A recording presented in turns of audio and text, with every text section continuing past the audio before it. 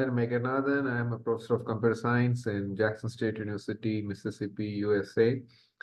So the topic I'm going to talk about today is related to the area of network science, graph theory, like that. So in this area, there is kind of a metric called centrality metric that is used to quantify uh, how important is a node to the entire network, typically based on the location or what is called the topology of the network, to where it is located, to which other nodes is connected, and so on. So, centrality metrics quantify the topological importance of a node in a network or graph. So, in this area, again, network, graph are both interchangeably used terminologies.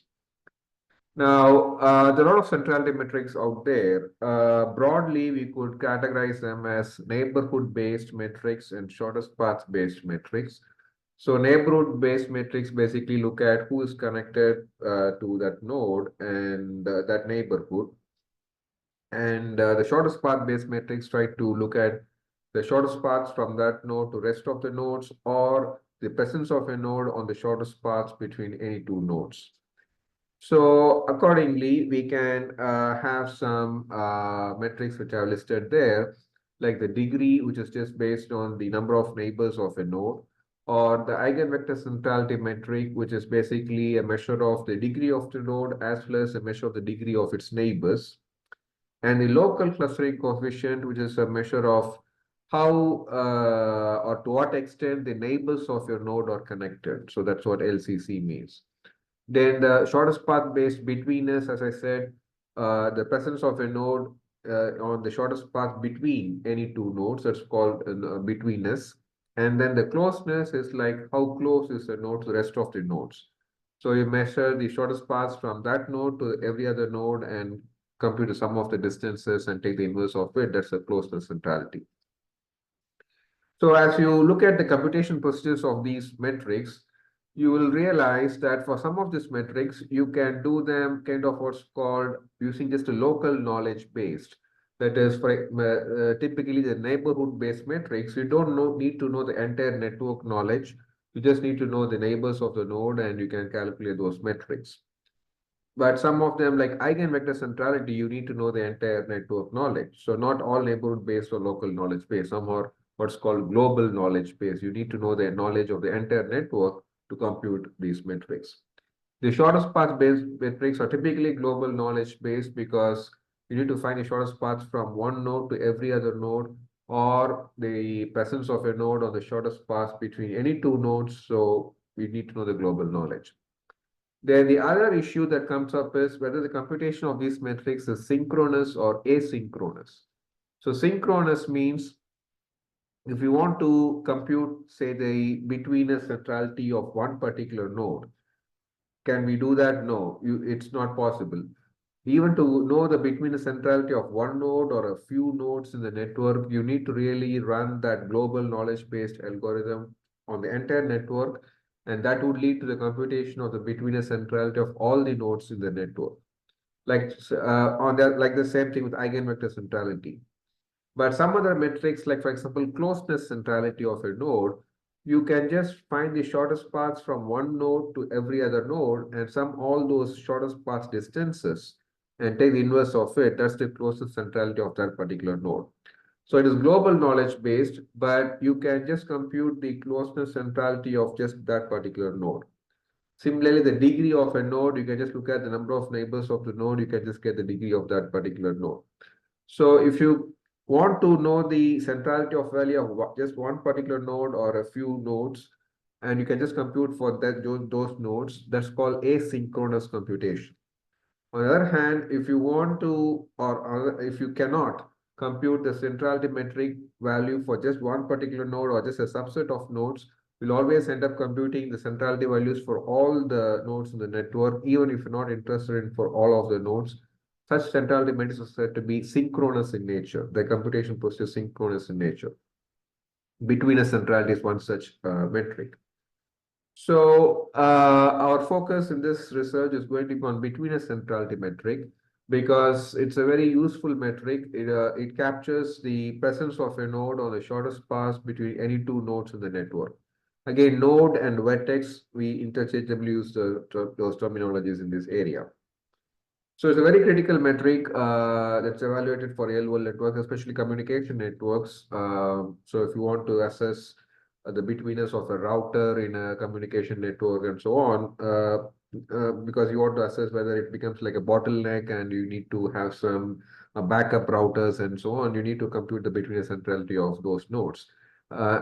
So its computation time is very large. Is a theta of V cube time complexity algorithm. It's a breadth first search based algorithm. And it requires global knowledge, the entire network, and it also needs to be computed synchronously. So from both perspectives, it's a kind of a negative thing in the sense that uh, or actually three perspectives. So computationally heavy, theta of V cube, and you cannot just get away with local knowledge. You need the global knowledge to compute it. As well as you cannot just compute for one particular node, you have to do it for, you end up computing it for all the nodes. So it's synchronous. So again, this is a small graph here. We can call this a toy example graph of 8 nodes, and I list here the centrality values for all these nodes. For these different metrics. Now, we'll come back to this graph again and again in this presentation. Now, just to get an idea of the betweenness centrality, you can see here, again, this is looking at a more a brute force approach, but there's a more formal breadth first search based algorithm that can do it even more efficiently than that, but that's still theta of V cube time complexity. Like for example, here in this graph, no,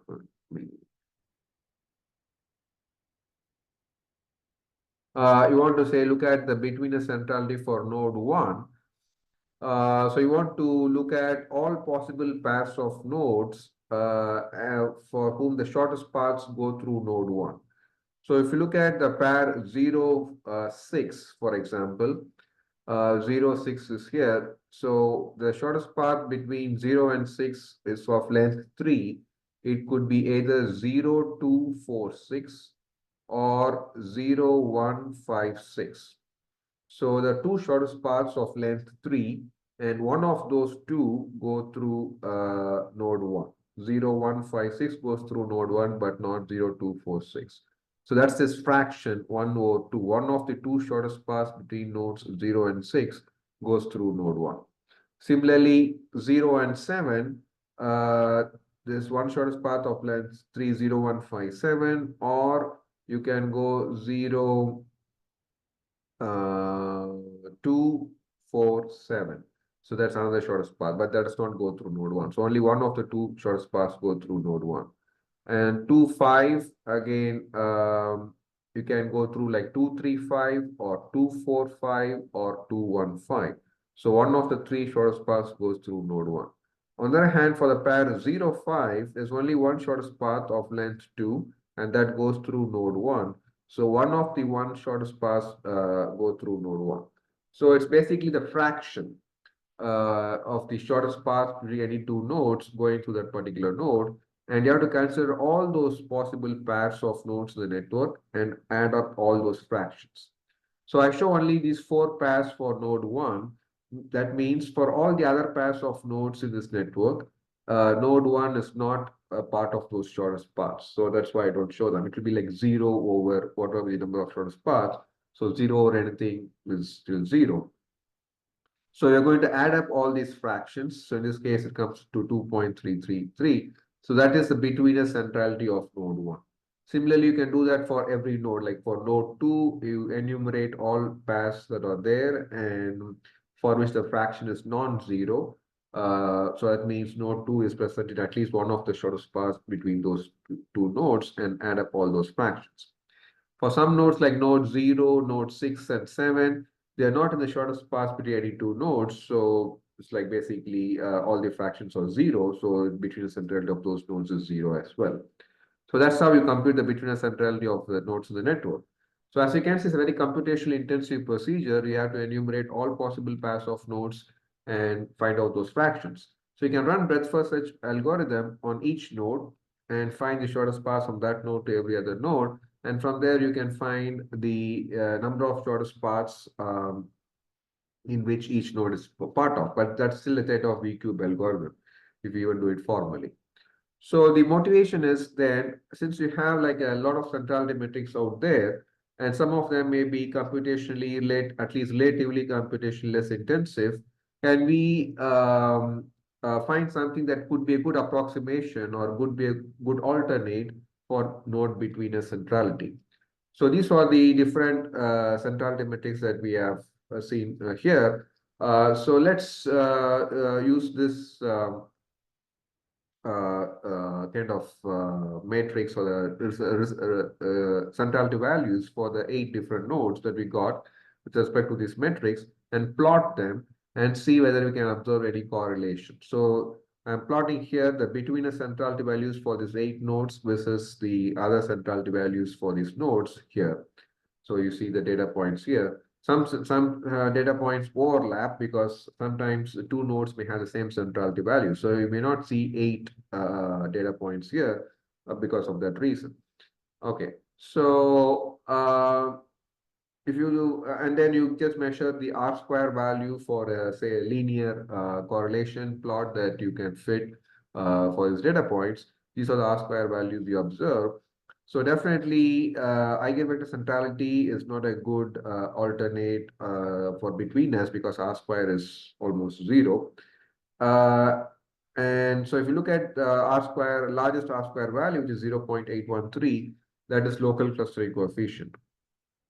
And the next largest R square comes for closeness, and then we have degree.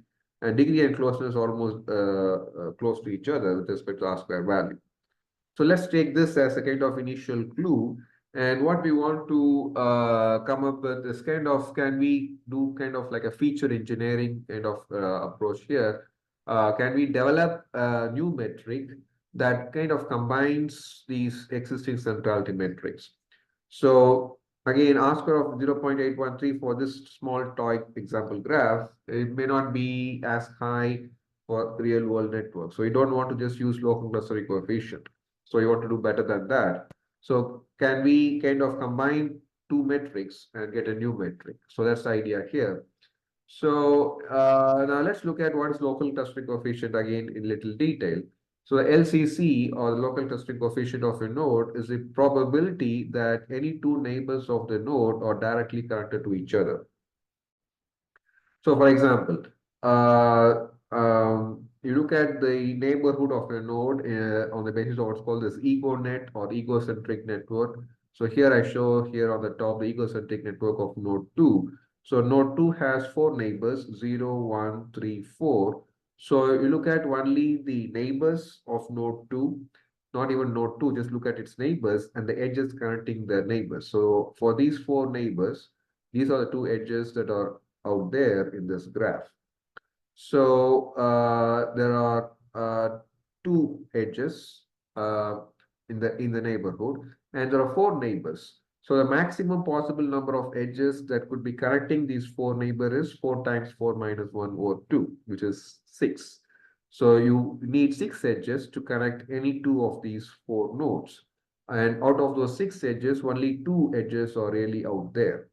So the local clustering coefficient is basically the ratio, as I show here, of the actual number of edges among the neighbors divided by the maximum possible number of edges among the neighbors. So again, for node 2, it's going to be 2, which is the actual number of edges, divided by 6, which is 4 times 4 minus 1 over 2, which is what I'm showing here in this slide here. So 2, the actual number, divided by the 6, which is like 1 over 3, which is 0.33. So that's the local clustering coefficient of the node. And that basically is a number between 0 to 1. So we can treat it as a probability that any two neighbors of a node are connected to each other. So if the local clustering coefficient is 1, that means any two neighbors of the node are really connected to each other. On the other hand, if the local clustering coefficient of a node is 0, that means none of the neighbors of the node are connected to each other. So if none of the neighbors of a node are connected to each other, and the node has several such neighbors, then if any two neighbors of the node want to communicate, then they have to go through that node. So I don't have such a node in this graph, but let's see.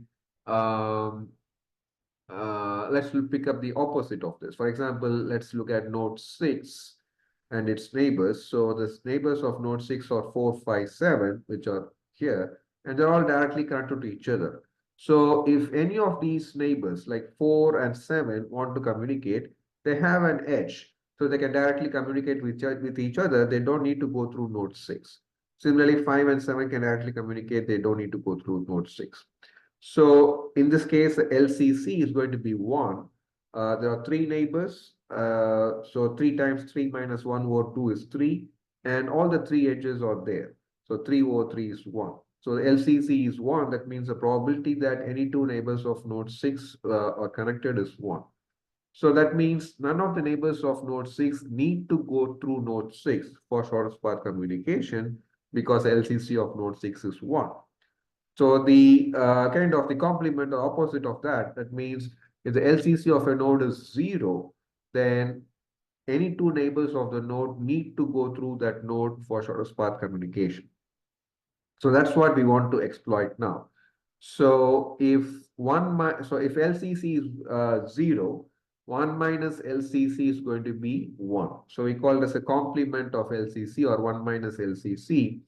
So if the LCC of a node is 0, then 1 minus LCC is going to be 1. Again, LCC of a node 0 means the neighbors cannot directly communicate with each other. They have to go through that node for shortest path communication.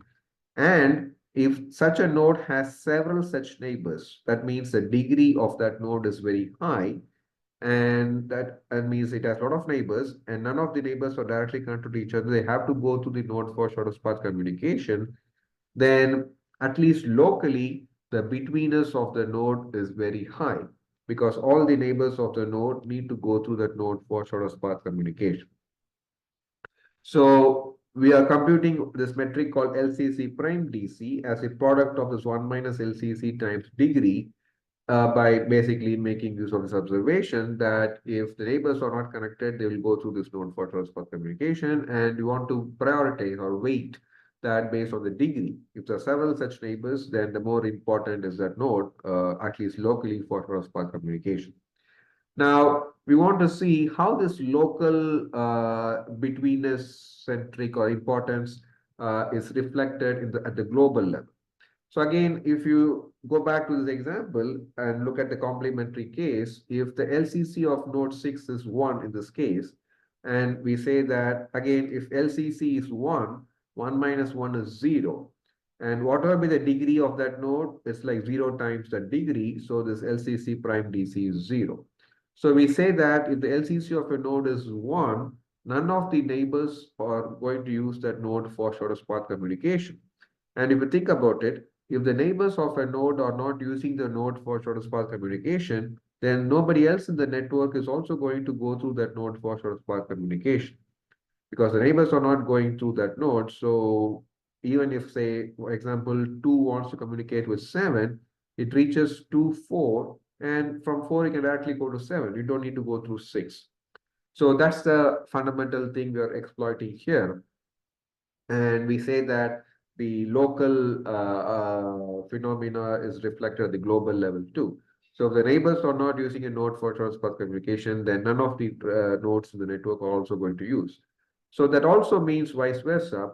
If the neighbors need to go through the node for transport communication, then the rest of the nodes in the network will go to the node for transport communication. Okay, so and we want to kind of use this as a hypothesis and evaluate this for the real world networks. So what we claim is this LCC prime DC could be a good alternate for betweenness centrality.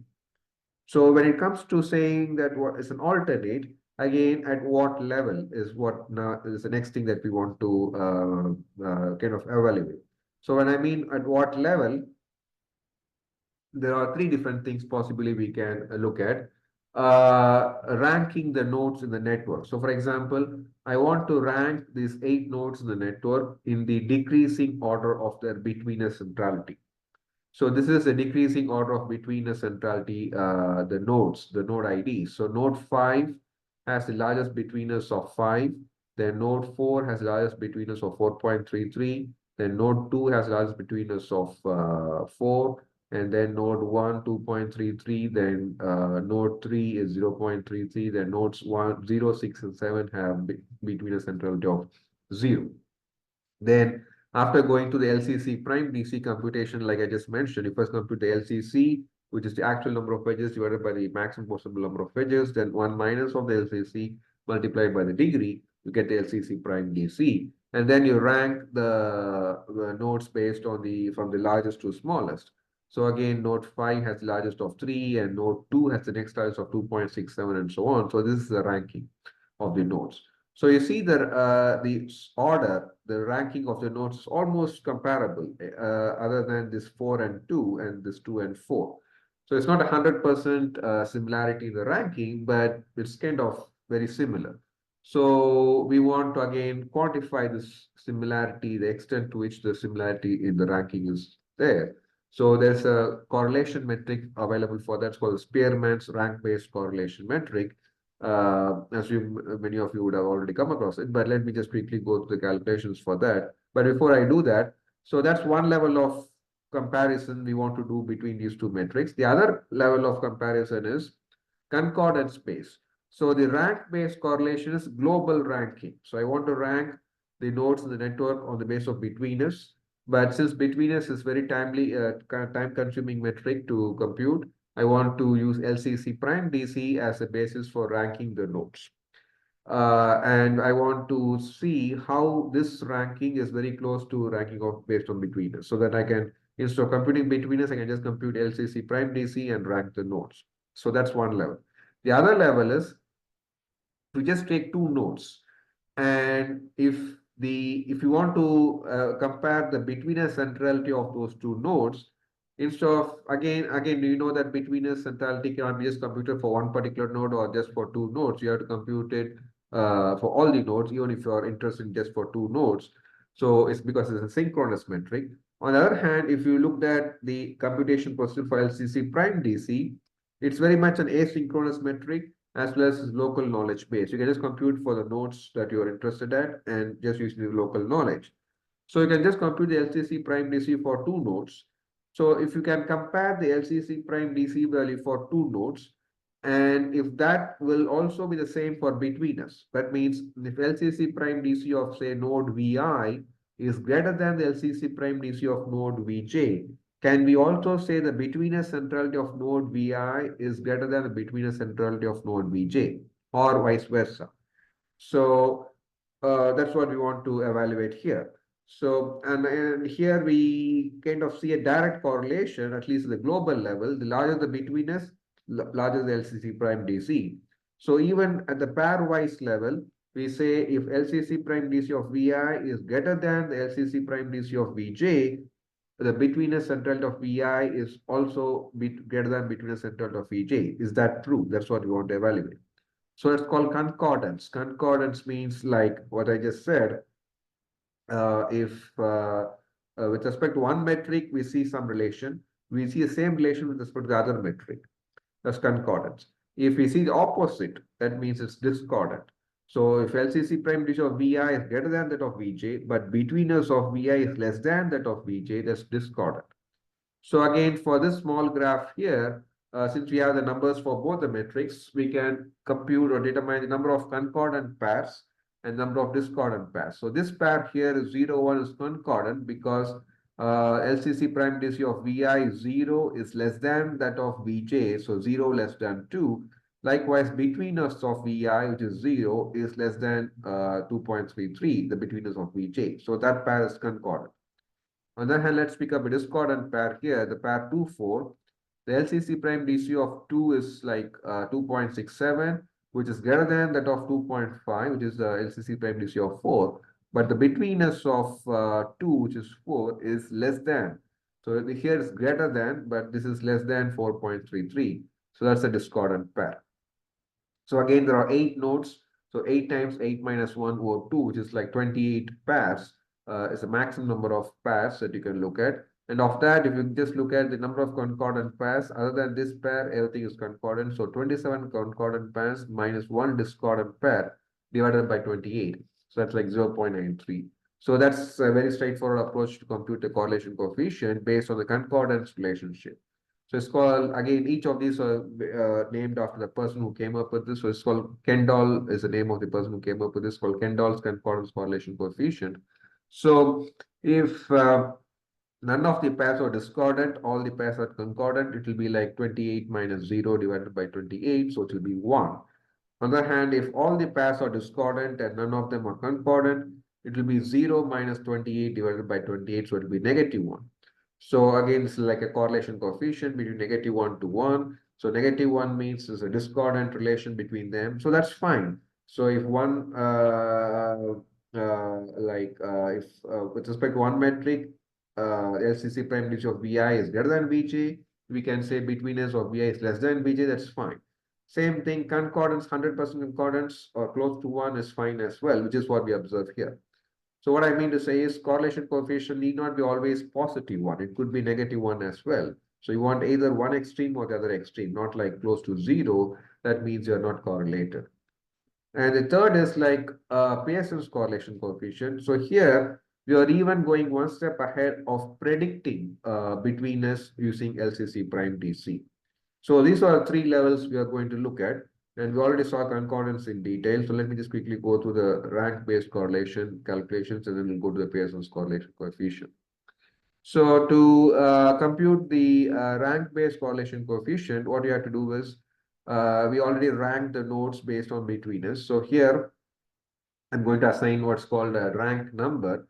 So initially it's called a tentative rank number. And we'll start with the, again, we can use a particular trend. The trend I'm going to use is the smaller betweenness values are ranked with the lower rank number. So 0 is the smallest. And there are three nodes that got 0 betweenness. So I'm just going to rank them in the increasing order of the node IDs. So node 0 gets a tentative rank of 1, and node 6 and 7 get 2 and 3. Then the next smallest betweenness is 0.33, so that's ranked 4. And then the next smallest is 2.33, that's ranked 5. And then 4, so that's ranked 6, and so on. So these are the tentative rank. So there's something called final rank. So if only one node has a particular betweenness value, then its final rank is same as tentative rank. So on that basis, the like 2.33 is only one value, no other node has that value, so final rank is same as tentative rank. On the other hand, three nodes have 0 as their betweenness. So the final rank of these three nodes is the average of the tentative rank numbers. So that will be the average of 1, 2, and 3. So 1 plus 2 plus 3 divided by 3 is 2. So that's why the final rank of nodes 0, 6, and 7 is 2. So that's how we find the final rank of nodes based on betweenness. So same idea here for LCC prime DC. So again, we want to follow the trend that smaller the number, lower the tentative rank number. So, and larger the number, larger the tentative rank number. So accordingly, we assign the tentative rank numbers and compute the final rank numbers. So again, there's a tie here for 0. So take the average of 1, 2, 3, which will be again 2. And the other final rank numbers are same as tentative rank numbers. So now find the difference between the final rank numbers for the two metrics and square that difference and find the sum of the squares of that difference. So that's the sigma I equals 1 to n, the number of the different nodes, di square, the difference square. So the difference square in this case is 2.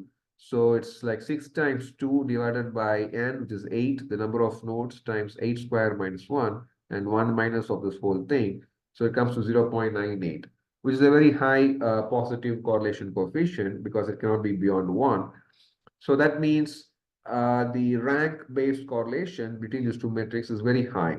So that indicates that if you want to rank the nodes in the network based on betweenness, you might as well just rank based on LCC prime DC like we do here. And such a ranking will be almost the same as the ranking based on betweenness. So even if there's a kind of difference in the ranking, it's not like very far from each other. It's not like node 4 is ranked here and node 4 is ranked somewhere further down or somewhere further up. It's just very next adjacent level or very close. So that's why the rank based correlation coefficient is very high, close to 1. And we also observe the Kendall's concordance based correlation is also close to 1. The last thing is the Pearson's correlation coefficient, which is again is a measure of can we even predict using a linear relation between these two metrics. So you find again, say all these things. So these are the LCC prime DC values, take the average of them, which is this. So let's treat that as say X, and then you find the difference between the individual LCC prime DC values and this average, and these are the numbers, square them and sum those squares of the differences, and then same thing for betweeners, say the average of betweeners and individual betweeners minus average betweeners, square them, sum them up, and take the product of also this the raw difference between the individual values and the average for these two metrics. Because if you see this formula here, the numerator is basically capturing the product of this difference between the individual values minus the average for the two metrics, and sum all those product values, which is here 19.17. And then the denominator is the sum of the squares of the differences, which is basically 11.78 and then 33.33. These two column values, take square root of them, and it comes up to be 0.9675, which is again positive. That means if one metric value increases, the other metric value also increases, and also close to 1. So it means you're very strongly correlated, even linearly. So if you have to plot these two metrics like this, and so this basically indicates, and you can use Excel because it's just 2-dimension to find this relation between these two metrics on this linear plot. It's called a regression. And the slope is this metric value, and this is the intercept here. So the intercept is like negative 0.2728, very close to 0. And so this R square value of this fit is 0.9357, again very high, but that's also related to this. So if you know this square of this Pearson's correlation coefficient is basically the R square. So square of 0.9675 is this 0.9357. Okay, so that means we can use these LCC prime DC values to even predict the betweenness using this linear relation.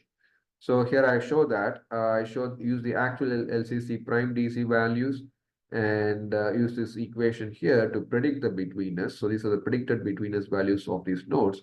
Now I compare that with the actual betweenness. So for nodes that got 0 as the actual betweenness, I'm predicting the betweenness to be like negative 0.27. Again, the centrality values can always be positive. And if it's negative and very close to 0, that means basically 0 in reality. And that's what it's in reality it is, it's 0.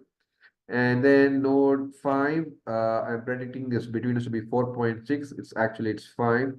Node 2 is 4.07. It's actually 4, 3.79, actually 4.33. So the numbers are very close. So we again want to quantify kind of that error in the prediction.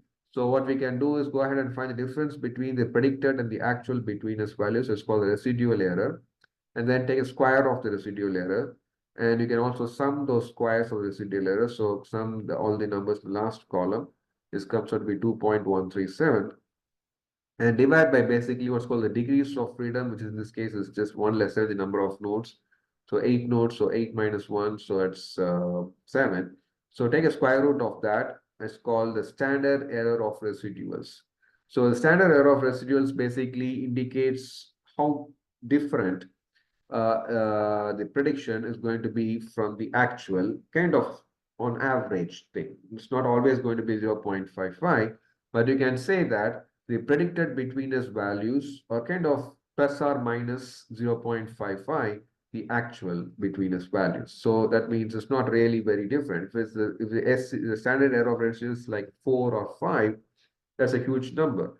Because the actual betweenness values are always, or in this case, like 0 to 5. So you want the prediction to be kind of off by a factor of at least like less than 1. And in this case, it's 0.55. So that's a reasonably smaller standard error.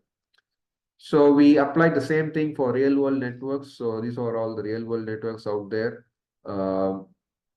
And so what we want to kind of evaluate is the three correlation coefficients with respect to LCC prime DC and the other centrality metrics, degree, closeness, and eigenvector centrality, all compared with betweenness centrality of the nodes. So the more greener of the cells, you can see the numbers for the correlation coefficients are very high, close to 1.